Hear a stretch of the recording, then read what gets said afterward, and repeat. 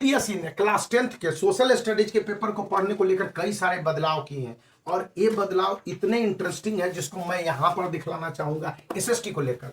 फिर उसके बाद इसी को आपको इस तरह से पूरे सिलेबस को दिखला देना चाहूंगा। फिर यहाँ पर इसको दिखलाना चाहूंगा। पॉइंट में क्या कहना चाह रहा हूँ, सीबीएसई ने कहा है कि कॉम्पिटेंसी बेस्ड एमसीक्यू क्वेश्चन और असर्शन रीजन वाले questions, long answer questions, short answer questions SST में करीब 25% तक होंगे और 20% और क्वेश्चंस हो जाएंगे, यानी 45% तक क्वेश्चन होने की संभावनाओं से रिजेक्ट नहीं किया जा सकता। सीबीएसई ने अपने नोटिफिकेशन में कहा है और इसको जोसेफ इमैनुअल ने जारी किया था। देखिए, जोसेफ इमैनुअल अब सीआईएससी के सीईओ और चीफ सेक्रेटरी है, रिजाइन कर दिया सीबीएसई को। अब सीआईएससी में चलेगा। सीआईएससी आईसीएसई एंड आईएससी के एग्जामिनेशन को कंडक्ट करती है, तो वहां पर है। तो उन्होंने साफ साफ कहा है कि सेकेंडरी और सीनियर सेकेंडरी स्कूल कैरिकुलम 2024-25 के लिए जो नए टेक्स्ट बुक्स एनसीईआरटी प्रिस्क्राइब करता है, यानी कि यदि आंसर को लेकर कोई गड़बड़ियां होती है तो एनसीईआरटी के बुक को ही 100% गारंटेड माना जाएगा और उसी के आधार पर डाउट के क्लियरेंस होंगे। चाहे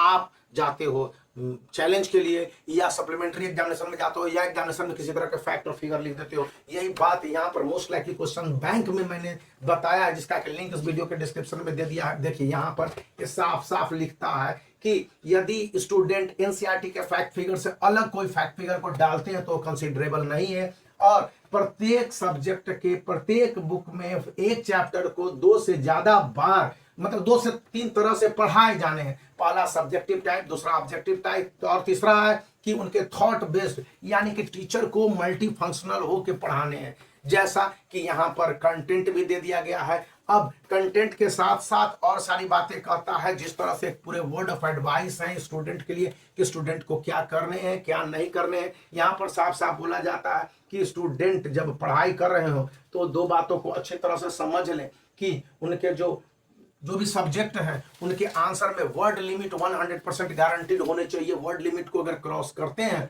तो उनकी दिक्कतें बढ़ जाएंगी। दूसरी बात बोली गई है कि स्टूडेंट किसी भी तरह से अपने राइटिंग में पिक्चर वाले क्वेश्चंस को नोमेनक्लेचर करें, उनको पार्ट को डाइसेक्शंस को दिखलाएं और जो न्यूमेरिकल्स के क्वेश्चंस आंसर हैं उसको अच्छी तरह से देखें। यहाँ पर एक बहुत बड़ी एडवाइस दी गई है इस बुक में और यह एनसीईआरटी की एडवाइस है, जिसको मैं आपके साथ सीबीएसई की एडवाइस है जो एनसीईआरटी बुक पर आधारित है कि आपको सोशल मीडिया पर पढ़ाए गए फैक्ट्स, फिगर, विजुअल्स या वर्बल्स को किसी तरह से कोई कंसिडरेशन नहीं किया जाएगा। देख लीजिए, यहाँ पर रूल आपको दिख रहा होगा स्पष्ट रूप से।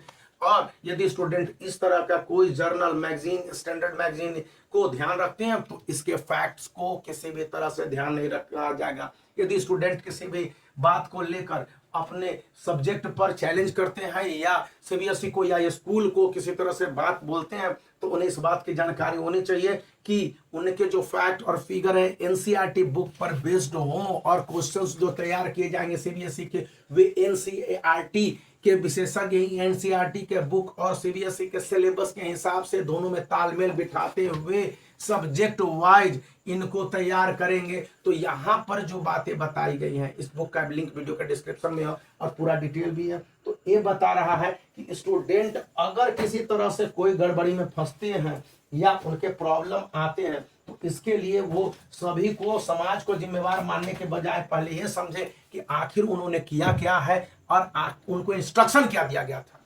अभी के समय में यह इतनी बड़ी और इंपॉर्टेंट जानकारी है जो प्रत्येक स्टूडेंट को जाननी चाहिए और जब स्टूडेंट जान लेते हैं तभी आगे बढ़ने हैं। और पढ़ाई करने के बाद देखिए सिलेबस जिस तरह से दिए गए हैं और सिलेबस के हिसाब से टाइमिंग को कंक्लूड किया गया है, तो आप इसको भी ध्यान में रखते हुए अपनी तैयारी करते हैं तो आपकी जानकारी 100% एक्यूरेट और 100% सही होगी। तो वीडियो को लाइक कर दीजिए, चैनल को शेयर कर दीजिए, सब्सक्राइब करना याद रखिए। Bye for now.